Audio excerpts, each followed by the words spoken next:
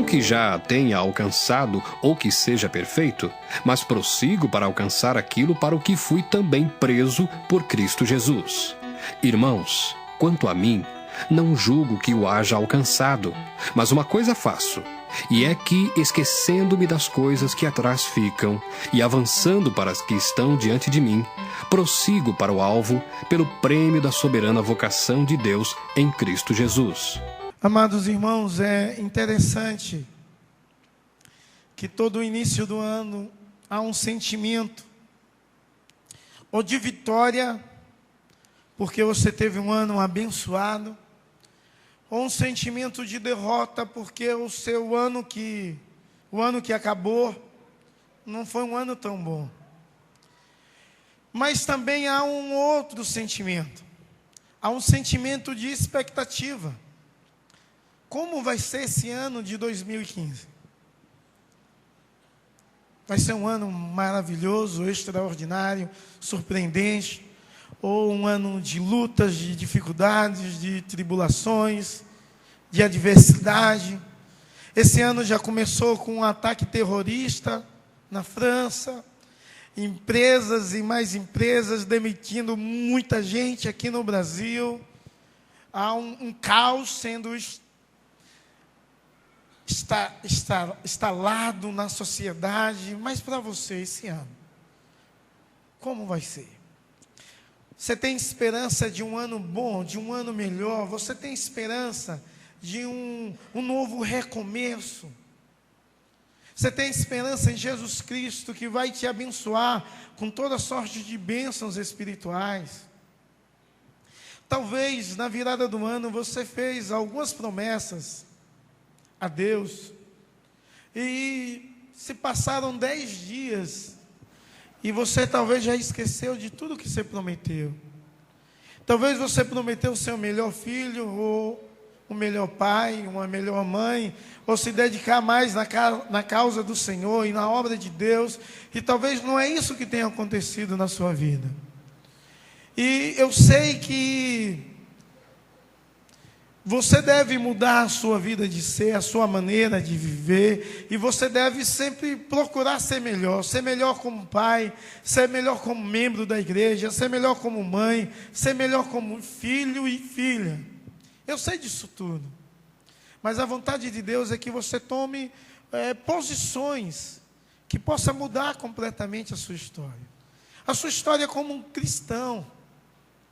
E eu gostaria de conversar com vocês sobre o seguinte tema: novos compromissos para um novo ano. E talvez você diz, pastor, mais compromisso? Eu já tenho tanta coisa para fazer. Eu já tenho tanto compromisso, tanta demanda para cumprir. Há muitas demandas no emprego, em casa, na família. Há demandas na igreja. E o Senhor quer falar de mais compromissos.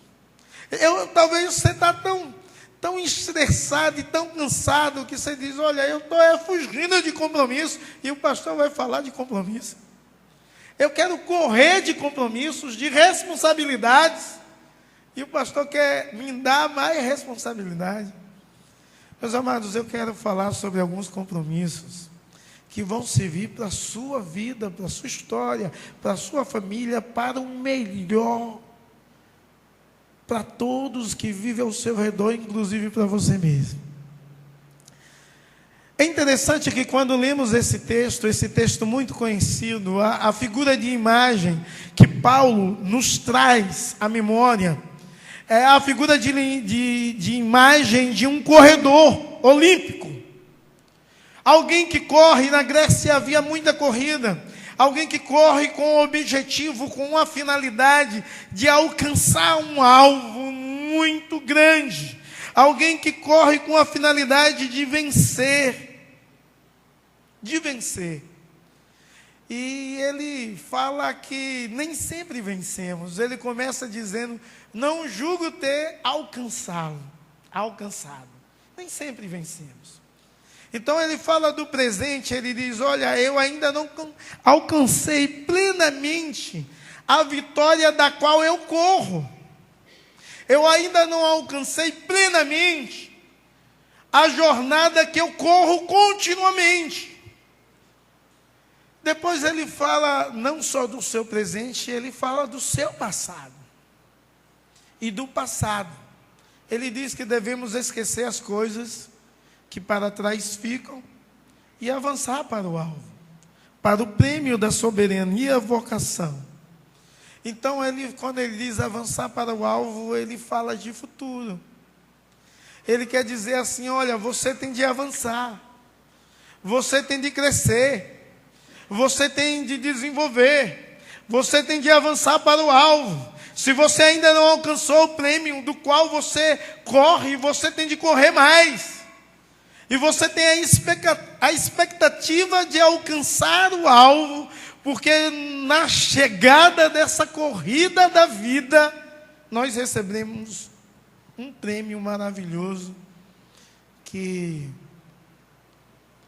é a plenitude da salvação no Senhor Jesus Cristo no céu. Então, Paulo fala coisa do passado, do presente e do futuro. E a imagem que ele nos coloca na mente é de alguém que corre. Mas talvez você está aqui e a sua vida não é mais uma corrida. Talvez seja uma caminhada. E uma caminhada um pouco lenta. E talvez como Paulo você diz assim, eu não julgo ter alcançado. Mas porque você não corre, você caminha a passos lentos. E quando você olha para trás, talvez você está aqui e o que te impede de correr, sabe o que é, irmãos? É porque você não esquece o passado. O passado tem te amarrado. O passado tem te segurado de tal forma que você não consegue avançar. Há alguns anos atrás, há muitos anos atrás, eu lutei karatê e botava um elástico na cintura e um começava a correr e o outro segurando. E você corria e quase não saía do lugar. Léo faz isso lá na escolinha, faz? De vez em quando faz. Talvez você está assim. Tenta até correr, mas não sai do lugar porque você está amarrado ao passado, preso ao passado. E essa não é a vontade de Deus para a sua vida, meu irmão. Essa não é a vontade de Deus para você. Nós sabemos que tem um ditado popular que diz que quem gosta de passado é museu. Mas eu sei que tem passado. Passados bons que nos anima, nos motiva, vale a pena lembrar, mas essas coisas não amarram e não prendem ninguém. Mas talvez o seu passado te amarra e te prende. E você é convidado para um novo compromisso nesse ano e se libertar e correr para o alvo do qual Deus te chamou.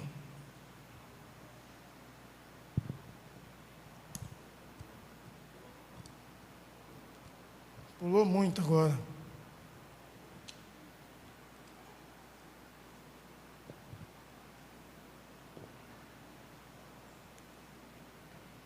Então você é chamado a comprometer-se e esquecer os fracassos.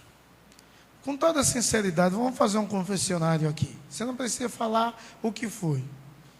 Quem tem um fracasso, teve um fracasso em 2014? Levante as suas mãos aí. Um fracasso. Mais de um? Não teve. Bênção de Deus. Quem teve um fracasso na sua vida inteira? Um só ou mais de um? Todo mundo. Tem gente que não. Tem gente que está liberto, mas teve. Mas teve mesmo assim. Agora mais uma perguntinha. O fracasso te amarra ou te dá força para continuar? Quem está amarrado pelo fracasso? Quem tem coragem de levantar a mão? Ninguém tem coragem de levantar a mão. Mas eu sei que tem gente amarrada. Se ninguém mais uma pessoa teve coragem de levantar. Tem gente amarrado pelo fracasso. E isso tem impedido você de viver, de se relacionar, de ser feliz, de crescer, de ter um ano abençoado, de louvar, de glorificar a Deus. Então eu quero que você faça um compromisso hoje, em nome de Jesus. Esquecer os fracassos, as desilusões, as decepções, os traumas, tudo que tem te atrapalhado a viver em liberdade, a crescer, a se desenvolver, a brilhar a glória de Deus na sua vida e em seu coração. É o primeiro compromisso que eu quero que você faça nessa noite, é esquecer as coisas que passaram. Se você não esquece, você não consegue viver plenamente. Se você não dá um basta, você nunca será feliz. Se você não esquecer, você vai sofrer a vida inteira, porque quando algo trazer à sua memória, isso vai causar dor, tristeza, angústia. Você deve esquecer. Se você quer ter um ano abençoado, irmãos, você deve esquecer tudo o que te machucou e começar a viver em liberdade, correndo para o alvo, ter uma nova vida, uma nova direção, um novo rumo, uma nova certeza, uma nova esperança e expectativa em Jesus, que o liberta de todo o seu passado. Sabe, amados, tem muita gente na igreja que está amarrado. Esse chavão nós falamos para a igreja neopentecostal ao diabo, de estar amarrado, né? Mas tem muita gente na igreja amarrado e você não é o diabo. Graças a Deus por isso. Tem gente não aqui que até parece o diabo, mas não é o diabo, né? Não tem gente que parece com a cara sisuda. Tem gente que parece, mas não é. Então, irmãos, sabe o que acontece? Você é amarrado porque você não se permite esquecer o passado. Não se permite começar uma nova vida. Você não se permite começar uma nova jornada. Você não se permite avançar mais. Só porque você foi derrotado no passado, isso não quer dizer que você vai ser sempre derrotado. Isso não quer dizer que não vai dar certo. Isso não quer dizer que você pode ter uma nova direção, uma nova vida cheia de bênçãos de Deus. Então, em nome de Jesus, eu estou te falando agora, faz um compromisso com você e com Deus. Eu vou esquecer o passado, os fracassos. Tudo aquilo que me machuca, que me escraviza e que me prende, eu vou esquecer e vou recomeçar para a glória de Deus, segundo a vontade de Deus e para o louvor do Senhor da glória. Você deve aprender a fazer isso, meu amado. Você deve aprender a esquecer o passado. Mas um outro compromisso eu quero que você faça. Você deve se comprometer a desistir do seu rancor. Mas, pastor, a pessoa me humilhou tanto. É isso mesmo. Você tem de fazer um compromisso hoje. Se você nunca faz, nunca vai ser liberto. Eu vou desistir do rancor. Eu vou desistir. Você tem de fazer esse compromisso. De desistir do rancor. Quer ser feliz? Quer ser abençoado, quer ter um ano de paz, de alegria. Não quer que o inimigo te humilhe e ache brecha na sua vida para falar de você e para te machucar. Então, desista do rancor. Desista. Desista do rancor. Desista de tudo aquilo que causa raiva no seu coração. Aprenda a perdoar, irmãos. Se você não aprender a perdoar, você não será perdoado. E tem gente que diz que perdoa, mas não perdoa. Diz assim, eu te perdoo, e só fica lançando ao rosto, humilhando, trazendo de novo a história, e de novo. Aprenda a desistir do rancor, senão você não vai viver bem. O rancor vai prejudicar você mesmo, e tem vezes que prejudica as pessoas que estão ao seu redor. Desista do rancor. O Senhor Jesus, em Colossenses, nos ensina a perdoar. E nós devemos aprender a perdoar, porque Deus nos perdoa. Não adianta, meu irmão, você ser membro da igreja, ou sei lá o que, pode ser até pastor. Se você tiver rancor no seu coração, não há salvação para a sua vida.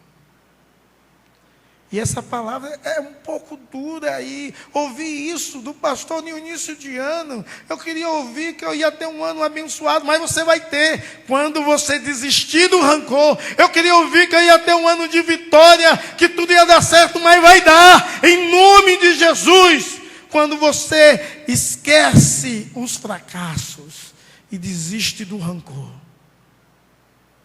Desiste do rancor. Abandona isso. Lança fora. Tira isso da sua vida. Tira isso do seu coração. É interessante, amados irmãos, que o rancor só faz destruir. Destruir a minha vida, a sua vida, destruir pessoas. O rancor destrói algumas coisas. Destrói casamento. Quer ver? Quando o casal briga e fica aquele rancorzinho no coração, corroendo, está lá. O casamento nunca mais é o mesmo. Nunca mais é o mesmo. E quando você o alimenta, o casamento pode ser destruído. Por quê? Porque o rancor destrói tudo. E a capacidade de perdoar você não tem. E o seu casamento acaba porque você não tem a capacidade de perdoar. Porque você quer nutrir o rancor em vez do perdão. Você quer nutrir a sua vontade em vez da vontade divina.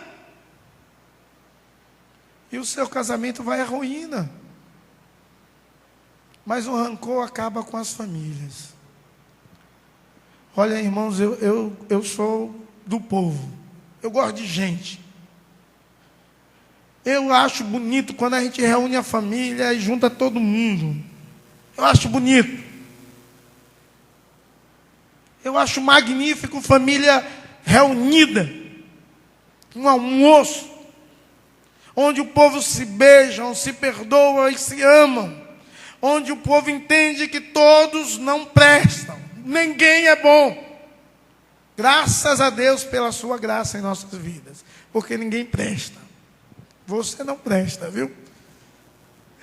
Mas não fique magoado não. Esqueça isso. E avance para o alvo. Em nome de Jesus. Tem família que é destruída por causa do rancor. Muitas famílias. E quando eu estou dizendo famílias, não é casamento. É famílias destruídas por causa do rancor. E tem muita gente assim, que não perdoa, que não respeita, que semeia contendas, brigas e divisões. Isso não é vontade de Deus, meu amado. O rancor, ele destrói. Não permita que ele destrua o seu casamento, nem a sua família.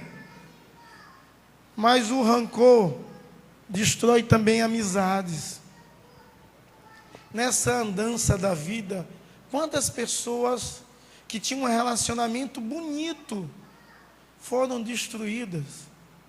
A relação de amizade, de amor, por causa de rancor.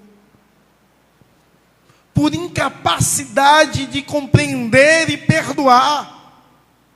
Quantas amizades são desfeitas dos nossos dias, talvez na nossa casa e talvez na igreja, Porque o povo não tem a capacidade de perdoar. Então, meu amado, como é que você vai ser feliz? Se a sua relação interpessoal é quebrada, porque não há uma busca pela restauração, porque você não sente prazer em restaurar e reconciliar-se. Esqueça o rancor. Mas eu já vi divisões de igreja. Eu sou de uma igreja que ela se dividiu. Por que dividiu? Por causa do rancor. Um grupo brigou e o outro se ofendeu, brigou também, deu mais cajedada do que levou, e aí a igreja tinha uns 68 membros. Um tanto foi para um lado, um tanto para o outro, e a igreja se dividiu. E eu vou dizer a vocês, pela misericórdia de Deus, as duas igrejas sobreviveram. Por quê? Porque aprenderam a perdoar. Pela misericórdia de Deus. Mas o rancor destrói igrejas. O rancor destrói igrejas. E tem gente que infelizmente não aprendeu a perdoar. E não só isso, semeia contenda, discórdia e inimizade no meio do povo de Deus, que é pior ainda. Então, faça um compromisso hoje. Desistir do rancor. Eu vou desistir do rancor e ser livre. Faça esse compromisso. Vamos ler o que Max Lucado fala? Leiam aí comigo. Servos.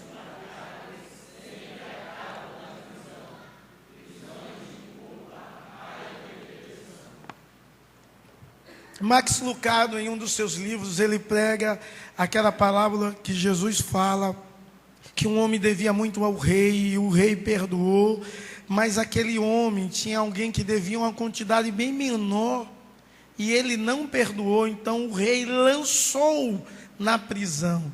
Ele diz que todas as pessoas que guardam rancor no seu coração, que não aprenderam a perdoar, elas são aprisionadas pela culpa, pela raiva e pela depressão.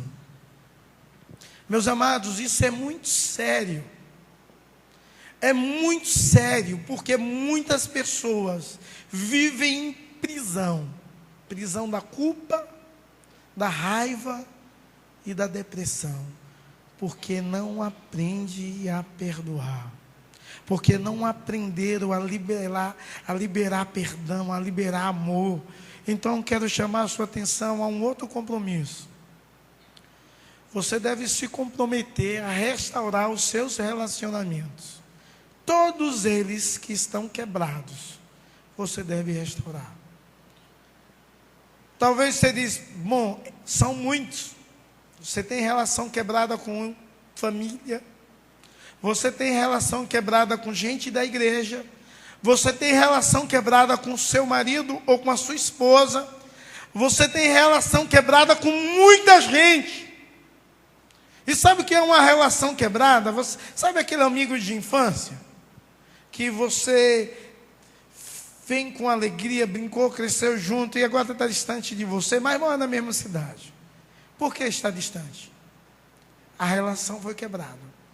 Houve alguma coisa que quebrou essa relação. Houve algo. Porque se não é mais a mesma amizade, se não é mais do mesmo jeito, morando na mesma cidade. Eu tenho amigos da infância, quando eu chego lá em Estância, a gente brinca como era no passado, com amor, com carinho. Eu tenho entre tantos, eu tenho um, que a última vez que eu cheguei, ele foi levar o carro dele e deixou a chave na mão da minha mãe, disse assim, eu vou andar de pé e vou deixar o carro aí para Mandson andar. Ele me chama de Mandson. E diga a ele que o tanque está cheio. Você acha que o cara é rico? Não é rico não. não é rico, mas é alguém que valoriza a amizade e não é crente, mas valoriza o relacionamento, valoriza o companheirismo. Quando eu fui visitá-lo na casa, eu comecei a brincar mudando a voz e escondi. E mudei a voz chamando ele. Aí ele ficou assim, depois ele disse: Manderson, sai daí, cara, pode vir. Eu disse: tantos anos, como é que o cara sabe? É uma relação de amizade. Meus amados, então, você tem de ter um outro compromisso.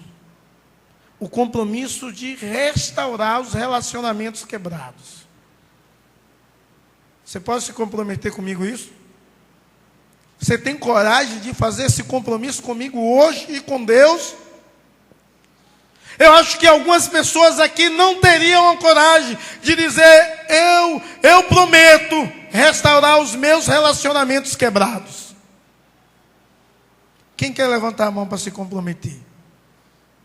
Eu prometo restaurar os meus relacionamentos quebrados. Amém. Sabe, todo mundo devia prometer, todo mundo, porque todo mundo tem uma relação quebrada com alguém. Tem vezes que você tem e você não sabe, mas você tem. Tem vezes que você magoou, ofendeu e nem lembra, foi sem querer, é verdade. Mas uma pessoa quebrou a relação com você e você não está nem aí. Se afastou, azar dele. Tem outras pessoas. Tem gente que fala assim, mas tem de aprender a restaurar os relacionamentos quebrados, em nome de Jesus. E se você quer um ano abençoado, faça esses compromissos. Esqueça, em nome de Jesus, os fracassos da vida. Dá um basta. Largue o rancor de vez. E tenha um compromisso de restaurar os relacionamentos quebrados. Mais uma outra coisa. Tenha compromisso de virar as costas para o pecado. Sabe, tem muita gente na igreja que o ano de 2014 viveu uma vida mundana. Achava melhor as coisas do mundo do que as coisas de Deus. E talvez está assim ainda. Talvez acabou um ano e começou um outro e você está preso pelo pecado. O diabo está te amarrando. Paulo diz: eu avanço para o alvo, para o prêmio da soberania, vocação de Cristo Jesus. Então vire as costas para o pecado. Aprenda a dizer não ao pecado. Aprenda a começar de novo. A dizer: Senhor, me perdoe e me ajude a continuar em santidade. E diga: não quero mais pecar. Eu quero viver em santidade. Eu quero viver para Deus e para a glória de Deus. Em nome de Jesus. Amém? Deus, nós te louvamos e te agradecemos pela tua bondade, pelo teu amor. Nos ajuda, Deus, a vivermos para a tua glória, a esquecer os fracassos da vida. Ajuda-nos, ó Deus, em nome de Jesus, a lançar fora todo o rancor. Ajuda-nos, ó Deus, para a glória do Senhor, restaurar todos os relacionamentos quebrados, em nome de Jesus, e virarmos as costas para o pecado, e olharmos para o Senhor Jesus, que é o autor e consumador de nossa fé. Faz isso na vida do meu irmão, da minha irmã, e para a glória do Senhor. É em nome de Jesus que oramos. Deus, certos da tua fidelidade e da tua direção. Em nome de Jesus. Amém e amém.